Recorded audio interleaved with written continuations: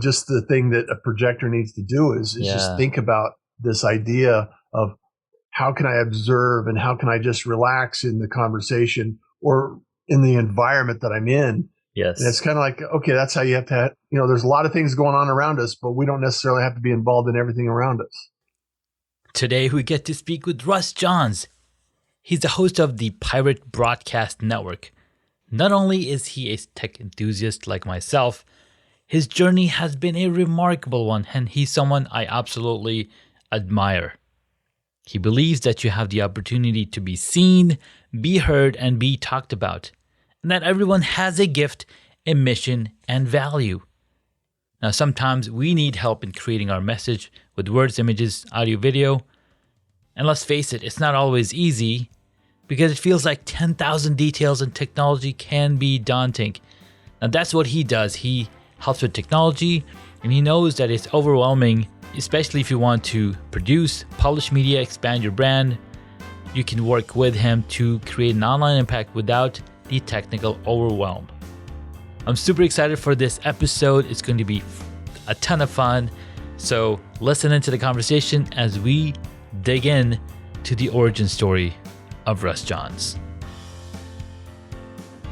Thank you for tuning in to Hacks and Hobbies with your host, Junaid. We're visited by our amazing guests coming from all walks of life who want to learn their story, their struggles, and their journey on how they got to where they are today. So stick around. Hey Russ, how are you doing today? I'm doing well. Thank you so much for having me on, Junaid. Thanks for accepting the invitation and coming on. And we've been connected for some time. Mm-hmm. I can't even remember the first time I met you. I was like, this guy's got a pirate flag in the back. What's that all about? Then I got to visit and be on the Pirate Broadcast and been watching your journey. And I was like, it's about time that Russ is on Hacks and Hobbies show. So thanks again. You bet. Anytime. So, Russ, you've been live streaming for quite a while. So a lot of people know about that part or that version of your journey. But tell us a version of your journey that no one's heard of before. Oh, wow. So the journey that no one has heard of. Junaid, the interesting thing about it is I've been in and out of corporate environments. I've done a lot of project management, a lot of running teams for engineers and doing a lot of things. And most of the companies that I've been involved with, go through the standard process of you learn the business, you understand what needs to take place, you grow. And for myself, I always had a tendency to climb the corporate ladder because it's just who I am. And in 2010, the company that I was working for that was still struggling with the recession of 2008 relocated me from Seattle to Houston. And here I am, director of engineering, running a team all over the country, doing all kinds of things for Fortune 500 companies and installing a lot of things that are taking place. And I was enjoying it. It was a struggle because of the challenges that we had in business. Yeah. However, 6 months later, after they relocated me to Houston, they laid me off. So the thing about it is that I had to redefine what I was doing, who I was, and what I was focusing my attention on. Yeah. No network, no resources, just okay, I got to start over again. And so I started the content creation, podcasting, radio, broadcasting, and teaching, building communities around that, and expanding my ability to help more people.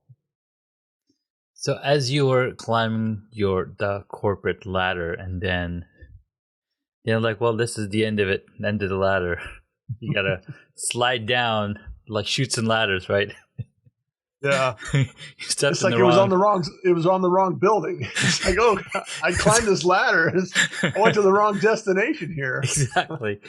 Right. They even moved you out, and now you're in this new place where you don't know anybody. But while you were climbing the ladder, I'm sure you had some hobbies, because not everybody, right, goes from, oh, I was climbing corporate and I have no idea what to do. But you turn around and you basically started content marketing and, getting into content, video and audio. So I'm sure there's something there. Yeah. Yeah. Well, here's the reality, Junaid, is I have always had a side hustle. I've always been one to explore and create adventures. I have had multiple careers in my life. Yeah. I started out as a musician. I played music. I had to hustle to, book work, get clients, places to play, all of these things. And then I've been in media. I started in advertising in '85, getting involved. And then I took a fall and shattered my arm and took 2 years of rehab. And I was a firefighter and a fireman. I was a farmer. I've been, in IT and safety and all of these different. The full gamut. Yeah, before this. And so all of these things are experiences. And in 2002, I was ejected from the corporate ladder, the C-level. And that's when I started my first agency with Next Step Next. And that was bringing people together to actually create projects. And I started developing websites and, content creation back in 2002. Yeah. And so that kind of was a side hustle up until 2010. So I just fired it back up and started doing it again. So, yeah. I love that. I've been creating websites for friends, family, clients since 2007. Yeah. So, content creation mostly focused, sales pages, sales funnels, email marketing. I got into email in '95, early on and learned that skill as well. So I have a lot of these transferable skills that are more than valuable in today's climate and communities. You're almost like a polymath, the Renaissance man, right? Because you've experienced so many different fields, so many different things. And what's beautiful about that experience is that you eventually realize the crossing points between all of those things. Yeah. Not only is that you, right? You're the one person that's the common denominator on all of those things, but you also realize that human relationship is what everything else is built on top of. So you building those communities, helping other people help others, that gave you a leg up on, even though a lot of people, when they lose a corporate job, they're like, oh my God, what am I going to do? This is all I put my time into. They didn't have a hobby. They didn't have any other thing that they were working on. Yeah. So that's awesome. Yeah. And I've always had, like I said, I've always had a side hustle or I've been hacking something or I have a hobby doing something else. So yeah. It's like, I'm not one to wait around for permission. I'm more like one that is, creating something so I can actually evolve. Even in the corporate world, Junaid, I had probably no fewer than 5 positions in the organization as I grew through the organization. Wow. And those were all positions that were either I was thrown in and I had to create an outcome, the result, or I created because I didn't like where I was. Yeah.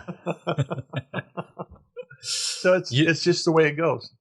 No, that's really awesome. I'm wondering if you're a generator or a manifesting generator. Anyways, it's something. Human design? The human design. Yeah. What's your? No, I'm a 5/3 projector, actually.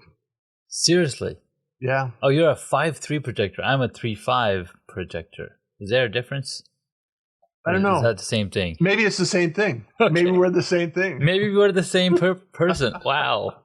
Yeah, being a projector is And I just recently found out about this, so I don't know a lot about it. Yeah. However, when I learned a little bit about what that meant, a lot of things in my life made sense. Yeah. Because the role of traditional projectors is not necessarily what I've been doing, but at the same time, it is what I've been involved in. So yeah. No, I was projector. Yeah. The one thing that really stuck out to me was the strategy section, right? It says wait for invitation. And that was my thing. I was like, wait a minute, that's really interesting. And I started pulling together all the different invitations I have. I almost felt like a vampire because they have to be invited to come into your house. But I was like, this is really interesting. Like Gary Vee invited me to start my blog, my podcast, because, I was reading his book and he's like, just document the journey. Yeah.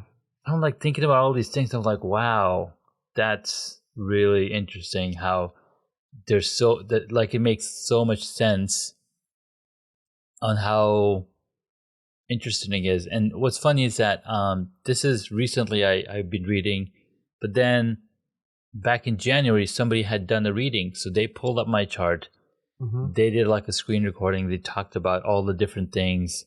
And I was like, wow, this is interesting. So back then, the things that popped up in my head were different than what popped up this time. Because as we grow and go through experiences, you evolve and you become smarter and whatnot. So that was really... Well, the thing that shocked me was projectors don't create energy on their own. They receive energy from other people, generators typically. Yeah. And what we do is we love learning. We love absorbing these experiences. We love utilizing this experience to help other people when we're invited. And then a lot of times where we offer advice and information without the invitation, it doesn't necessarily go our way. Right. And I can see where, because I have a lot of things that are going on in my world on a regular basis. And it's because I'm so excited about helping someone do something else. Yes. And so, the pirate broadcast is part of that. It's like, okay, I'm curious about what you're doing, how you're doing it, why you're doing it. And these open up invitations. And sometimes they're not always the best use of my time. Yeah. However, I have had some incredible experience as a result of being invited. Yeah. No, that's so you're true. the first person I've ever talked to about this. Good. Yes, I'm excited. Well, it's because I'm not an authority on it and I don't have a lot of information around it. It's like, okay, and I'm one that believes that we know very little. Yeah. And some of these things that people are, like human design, some of the more things that people would consider woo-woo. It's like, yeah, hey, no judgment here. There's all kinds of things that can happen and take place, right? Exactly. No, 100%. And I'm glad that we got to talk to it because I have very recent experience with it, just a few days ago. I've been reading and I've been listening. I'm like, wow, this is really interesting. And I'm trying to bring it up in conversation with other people. And then I think the last person I spoke with, she was like, yeah, I'm a manifesting generator. I'm like, wow, interesting. It's really cool to see like the timing, how close to it is to the person versus how far away. And then I'd even pulled some up for my kids. I'm like, okay, let's see what my kids are about. And two of my kids, they're generators, and my daughter is a projector. And it's really interesting because my son, he's the one who came up with this little booklet. He drew it up, and so he gave me the ability to then convert it into an actual book. But he came up with those ideas by himself, right? Like, interesting. So I'm just looking at that and just taking it all in. I'm like, okay, let's see where we go from this. Well, now that you know, Yeah. is it easier to notice things about the way they react and respond, or the conversations that you have with them? I'm still getting there. I'm still getting there. But I see, like, my daughter I'm still, first of all, it's hard because my older two kids, they're easy to, they listen. But my younger one, she's like, no, it's my or the highway. And it's kind of crazy, but it is what it is. Yeah. I just find it a fascinating subject, and it is, and thinking about the fact that projectors have not necessarily been around that long. No, and I'm just like, okay, I'm not sure what that means. I mean, we're a rare kind of people, basically, and it's cool that I'm attracting all the projectors because I know a few other ones. Like, I'm a projector too. I'm a projector. Yeah, exactly. We just don't do 1080p or 4K. That's projection. Yeah. Mind you. So we could do a whole episode a whole episode on that, right? Yeah. Continually. I thought about doing a show, and that's the thing, that after I hit 500 episodes of the Pirate Broadcast, I'm still looking for the invitation to do something unique. Yeah. Oh man. And it hasn't taken hold yet. And it has to be not a yes, but a hell yes. Yeah. Because my time, I overcommit all the time, and I feel responsible and guilty, and it's like, okay, I got to do this, and so you work into a frenzy. And the thing about a projector, though, is I realize now that it's like it's all somebody else's energy, and I'm exhausted, and I should be relaxing and learning something or enjoying myself. And it's like I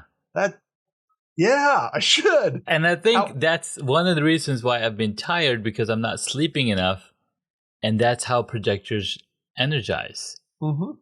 They love their sleep, and they can sleep long amounts of hours, and they have bursts of energies where they can do the work.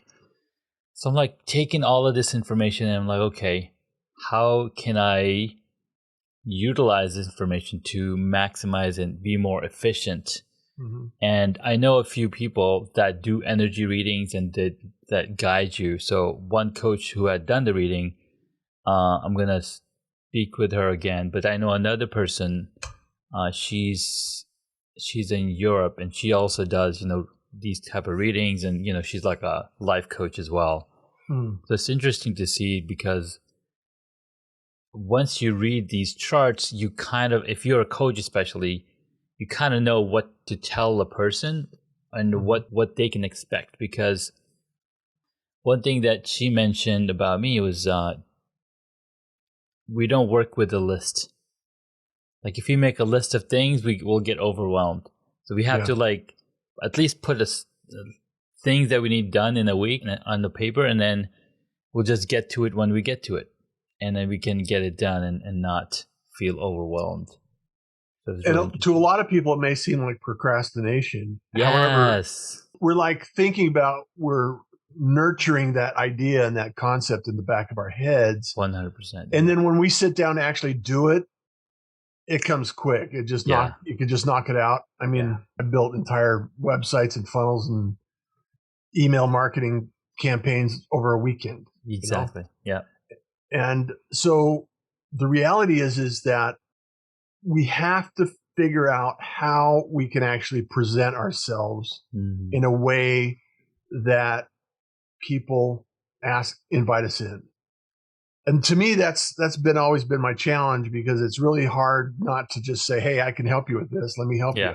Yeah. And I can see your problem. I can see how it works. And then the other side, coaching really, I had a incident here recently where, I was coaching somebody, and they were saying, I need more structure. It's like, Mm. okay, well, what kind of structure, expectations? And Yeah. so you're going through this process and you're trying to decide what they need and Mm. how you can help them best. And sometimes it's just not a good fit. And you Yeah. have to, kind of extract yourself from the equation. Yeah. No, it's so true. What And have you so noticed most recently and since you became aware of being a projector? I've noticed that I'll only speak or say something when somebody asks me a question. Like I suck at asking questions. So I have to make a list of questions for me, for myself. But I'm not somebody who's starting the conversation. I'll eventually will. Like if somebody starts talking about a certain topic that I know a lot about, then I'll start talking about it. But I won't introduce a new topic to conversation unless if I see what's happening in a conversation, like okay, how can I interject and come in and talk about it? So I was in this clubhouse room and they were like talking about things. And then Chris Delaney, and he's like, hey, Junaid is here. We haven't talked in such a long time. Come on up on the stage. And he's like edifying me and talking about me. And I'm like, all right, so this is me. And then, you just go on. But a lot of the time I was just listening to the conversation to see what was happening. Yeah. It's really interesting. Yeah. It's fascinating. And Yeah, it also folds into our hobbies as well. it does. As a beekeeper, someone that does that as a hobby, that's fascinating because you can see the interaction of the hive and how the hive works as a group and this whole entity. And you don't really have to have a conversation around it. You can just observe and notice. Yeah. Which is, just the thing that a projector needs to do is just think about this idea of how can I observe and how can I just relax in the conversation or in the environment that I'm in. Yes. And it's kind of like, okay, that's how you have to, there's a lot of things going on around us, but we don't necessarily have to be involved in everything around us.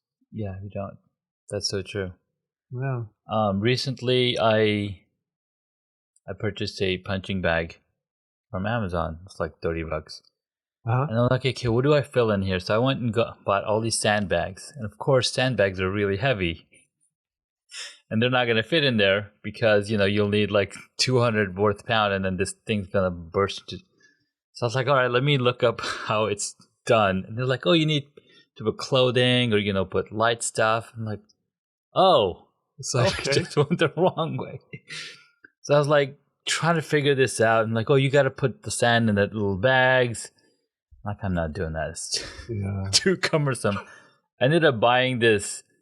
Ended up going to the store and buying a pre-filled bag, 70 pounds, brought it home. And I'm like, okay, this is not bad. And then I open it up and I'm looking inside and there's just basically strips of clothing in there, like fabric. Just fabric, filled with fabric. I'm like, oh my God, this is interesting. Yeah. So I had all these clothes that I wanted to get rid of. So that I stuffed in this. So that's your bag now, huh? That's my bag. It's all my old clothing that I don't wear. You can become a minimalist and get your anger out at the same time. Exactly. How to become a minimalist? If I really need that piece of clothing, I'll just dive in the bag again. Oh, that's funny. It's great. It's I love it.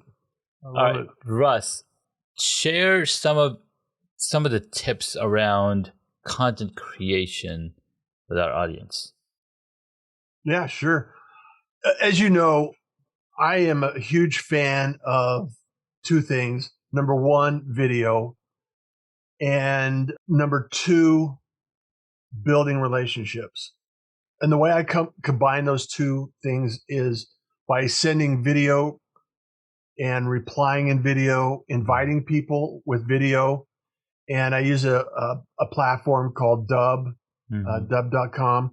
Ruben and the team over there, Darius and Shannon, they're amazing individuals that have created this platform that I use every single day. Wow. I use it to book business. I use it to generate conversations, book shows, all of these things. And what I've been able to accomplish is just stripping it down to the simplest common denominator. Yeah. You get a workflow going, you get a process, and you just use the process. You work the system and just be consistent. You just have to be consistent with it. Yeah. So true. Without consistency, the We were talking tortoise about that would, before the show. right.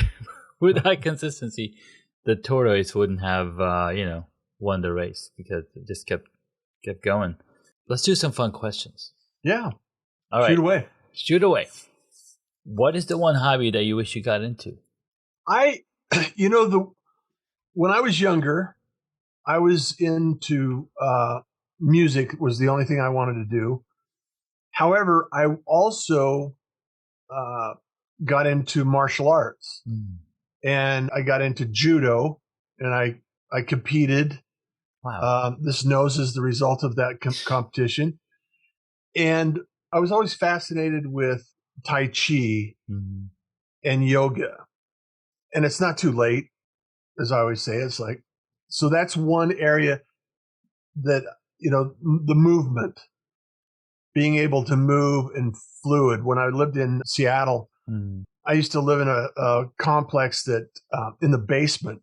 Every morning, probably around 6 a.m., there was probably 30 or 40 individuals in this Tai Chi class that they were in the parking garage just going through the motions. And I've been studying it a little bit, not an expert or any, effective at it at any stretch. Sure. However, I'm just always fascinated with it, and I'm still thinking that as I gain a little age and experience, I should probably consider that to maintain flexibility as I get more vintage. Nice. Get more vintage. Yeah. Wow, that's really inspiring. I want to, and that's one of the reasons I got the punching. I was like, I'm not moving around much. Might as well just get some frustration out of this. Yeah. No kidding. What did you want to be when you were a child? So you mentioned music. You mentioned, martial arts. But did you get to be what you wanted to be? Yeah, absolutely. I wanted to be a rock star. I got to be a rock star on my own level, Yeah. And my screen just turned off. Went to sleep. The joy of the back screen, right? Yeah. There you go. I started playing drums at 11. I started playing professionally at 16. I was getting paid to play. And went on the road. I played large clubs. I was a house band for, a lot of large clubs growing up. And then I got to go on the road. I had a 33-foot Bluebird bus, and the band was in there. We had a light man and a sound man, and we played college campuses all over the Northwest and Canada. And it was an incredibly valuable experience, and it taught me so many life lessons, observation, friendship, loss, curiosity, how to go into a town and meet people and try to be comfortable in new spaces with new individuals. And so I lived the dream that I wanted. And in fact, I still play. In fact, I've created probably 100 tracks this year alone. Wow. Electronic music, since I was a drummer and I shattered my arm in 87. Yeah. I've been able to play drums, but it's just not the same. Right. And so I went to electronic music, and I played dubstep in Houston. I was a DJ in Houston for a little while and doing some things in there. But I have had that experience. I've had a taste of it. I know what it's like, and there's nothing else that even comes close. Nice. So my goal was always to be, when I'm 70, I want to go to a rave or a large show and perform again. So I think you can do it. Oh yeah, I can do it. Because look at Harris Heller. You know Harris Heller? I'm not sure that I do. Streambeats.com. Okay. I'll have to go check it out. So this guy, he basically hired people to make music. So it could be copyright free, and people can use these music on their live streams on StreamYard, on Twitch, on YouTube, and not get those copyright marks or whatever. Yeah. So now this guy's got this music. It's, you can download it from him, from streambeach.com. He's got the entire folders on Google Drive that you can download. And it's also on Spotify and Apple Music. Yeah. So now he's making money as people stream this music from Apple Music and Spotify. I should probably do something like that. I think those 100 tracks need to find a home on Spotify. They're on Spotify. I got them on Spotify. I'm on my podcast is on, all over. Yeah. And I've got all those tracks all over distribution. I was thinking about going either with DistroKid or some of those other platforms that are out there. But it's a side hustle of my side hustle. It is a side hustle with a side hustle. Side hustles having babies now. Yeah, exactly. But I love it. I mean, that's what I bring. That's what I do for relaxation. I love it. Yeah. That's freaking awesome. Great content. What is your favorite movie or TV show? I don't necessarily have a favorite. Okay. However, I do have. When I go to relax and I just want to unwind or unleash. I'll either go for an action flick or a comedy. So those are the kind of, depending on the mood. I have a couple of independent films that this one thing that really strikes a chord that comes to mind right now is My Life Without Me. And I don't even know if anybody could find it right now. However, it's one of those films that just hit me emotionally at the time I saw it. And it's just always struck a chord in my head. Nice. But it's called My Life Without Me. So I'll have to check that one out.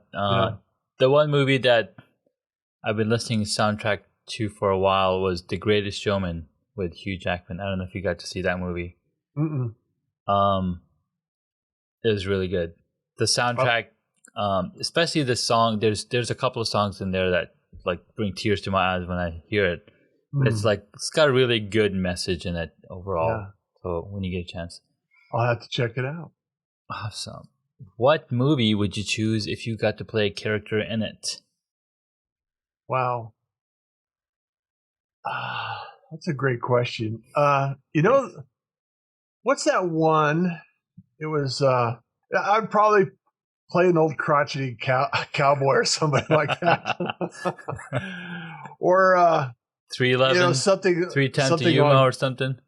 Well, yeah, like maybe Clint Eastwood or something like that. Okay. Some off the wall movie. Yeah. That, I in fact, that's another experience. I used to have IMDb credits.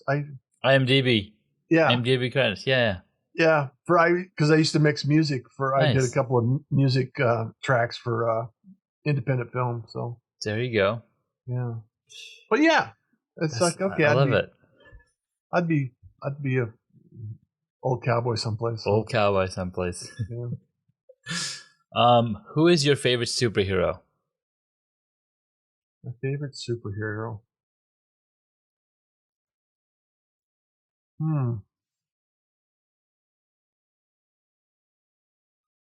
I liked the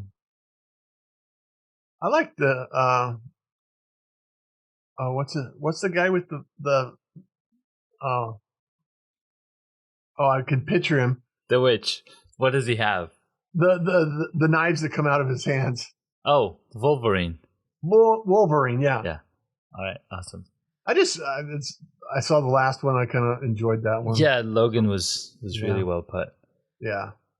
And last question. If you were a board game, what would it be?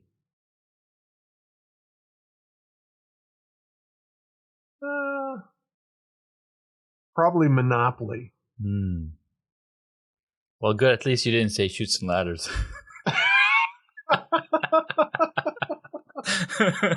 Yeah. It's like Monopoly. Monopoly. Property to property, changing, evolving. I love it. Yeah. And I think because you have a pirate flag behind you, for those of you who can't see, listening to the audio, I think you should play Jack Sparrow. Or Jack Sparrow would be a good one. Yeah. Right? Yeah.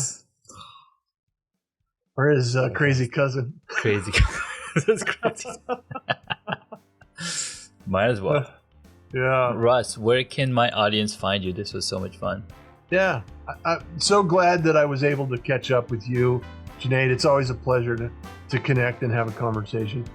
And I'm on LinkedIn, most social sites, and you can always connect with me.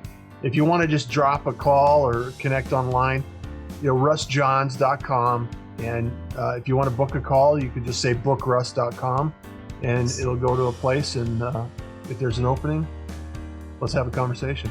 Sweet. Well, Russ, thank you so much for your time, your energy, and us being able to project with each other. I love it. We'll talk very soon. Take care. Take care. Thank you so much for taking the time to listen to this episode on Hacks and Hobbies. We absolutely appreciate your contribution. You can find additional notes on hacksandhobbies.com. Please share the podcast with your friends and tell them what you learned about our guest today.